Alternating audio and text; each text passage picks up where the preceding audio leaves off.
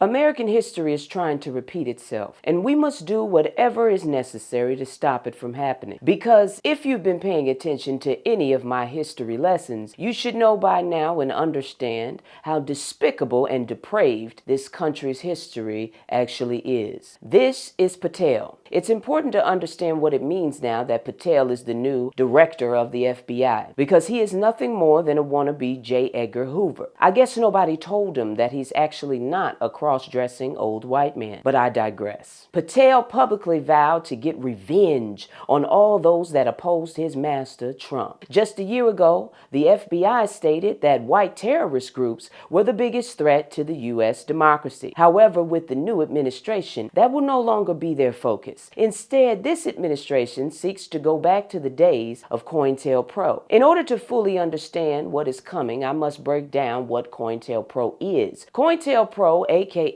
the Counterintelligence Program, was a covert and often illegal FBI program aimed at surveilling, infiltrating, discrediting, and disrupting domestic political organizations in the United States. It was officially active from 1956 to 1971, though similar tactics continued beyond its official termination. Cointelpro was launched in 56 under FBI Director J. Edgar Hoover, one of the worst human beings ever to live, and this was in response to the Communist Party. Hoover feared that communists were infiltrating and influencing American society, so the FBI sought to neutralize their activities through surveillance, harassment, and propaganda. Does this sound familiar? It should. I want to make sure that you understand also what a communist is, so let me give you a definition. A communist is someone who supports or advocates for communism, which is a political and economic ideology based on common ownership of the means of production, the absence of social classes,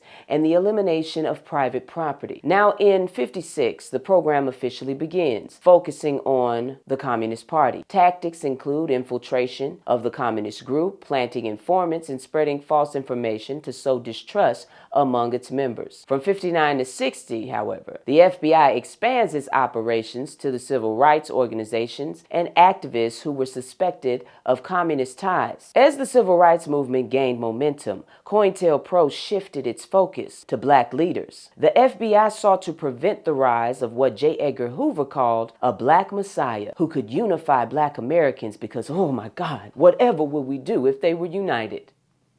The FBI viewed Martin Luther King as a dangerous radical due to his leadership in the civil rights movement. Hoover called King the most dangerous Negro in America. You know, the one who was all about nonviolence. The FBI wiretapped his phones and hotel rooms, hoping to find evidence of extramarital affairs that they could blackmail him with. In 64, they sent King an anonymous letter urging him to take his own life before receiving the Nobel Peace Prize. Then there was Malcolm X. As the leader of the Nation of Islam and later an independent black nationalist, Malcolm X was heavily surveilled by the FBI. Many suspect the FBI infiltration played a crucial role in the circumstances leading up to Malcolm X's assassination in 65. And then the Black Panther Party. The Black Panther Party was one of the primary targets of Cointelpro because of its militant stance against police brutality and its influence on black communities. The FBI used extreme measures to dismantle the group. Black unity is a threat. Ooh, I hope you're picking up what I'm putting down. The FBI sent fake letters and messages to different Panther factions,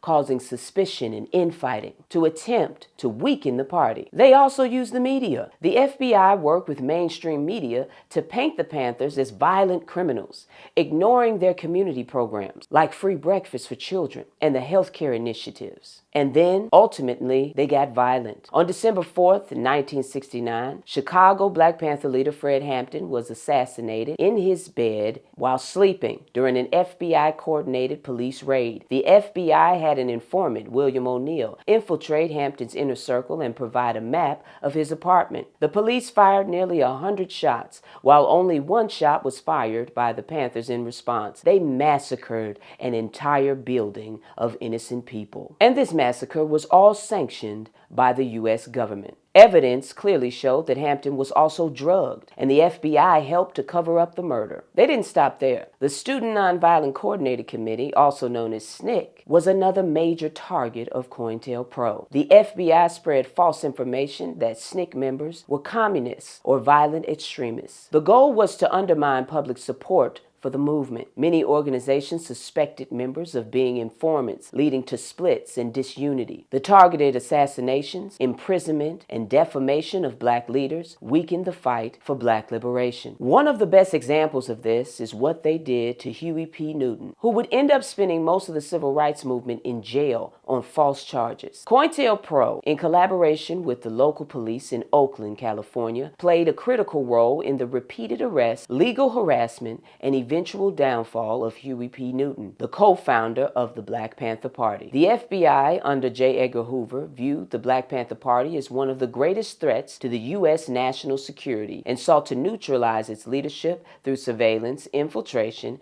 and legal persecution. The Oakland Police Department, known for its hostility towards the Panthers, was often used as a direct tool of this repression. The initial targeting of Huey P. Newton and the Black Panther Party were targeted from the moment the organization began policing the police in Oakland in '66. How dare you try to protect your community? The Panthers' practice of open carrying firearms while monitoring the police behavior put them in direct confrontation with law enforcement. The FBI labeled the Black Panther Party as a black extremist group, placing them under heavy surveillance. The OPD, with backing from Cointelpro, used arrests, intimidation, and fabricated charges to disrupt Newton's activism. One of the most significant events in Newton's persecution was his '67 arrest for the killing of Oakland police officer John Frey. October 28, 1967, Newton was pulled over by Officer Frey, who called for backup. A confrontation ensued, resulting in a shootout. Officer Frey was killed and another officer, Herbert Haynes, was wounded. Newton was shot in the stomach but survived. Newton was charged with first-degree murder despite conflicting evidence about who fired the shots. The FBI and OPD used this case as an opportunity to imprison and silence Newton, knowing his absence would weaken the Panthers. The case sparked the famous Free Huey movement, bringing national and international attention to the Black Panther Party. Their unlawful attack on Huey backfired on them immediately, and everybody knew overnight who the Black Panther Party was. However, the FBI still worked with local police to portray Newton as a violent criminal rather than a political leader. They monitored and disrupted Free Huey protests using informants to incite violence and discredit the movement. Newton was convicted in '68 and sentenced to 2 to 15 years in prison. In 1970, after multiple appeals and public pressure, his conviction was overturned and he was released. Even after Newton's release, Cointelpro and the OPD continued to target Huey and Bobby Seale. Black activism was labeled as criminal or terrorist activity, leading to continued police repression. Even after Cointelpro was officially shut down in '71, surveillance of black activists continued. They even tried to sentence Angela Davis to death. They had no limits to what they would do to discredit our leaders, to assassinate our leaders. The FBI's actions weakened black-led movements, contributing to the deaths and imprisonment of key leaders. And now, with Kash Patel seated as the new J. Edgar Hoover wannabe, history seeks to repeat itself, but only if we let it. This is why knowing your history is so important. It is imperative that we learn from the mistakes of our ancestors. We will prevail over this hate. We will have our black liberation. We have to believe in each other. We have to resist choosing to divide ourselves. I will keep saying it until you get it. Our black unity is our first and only line of defense.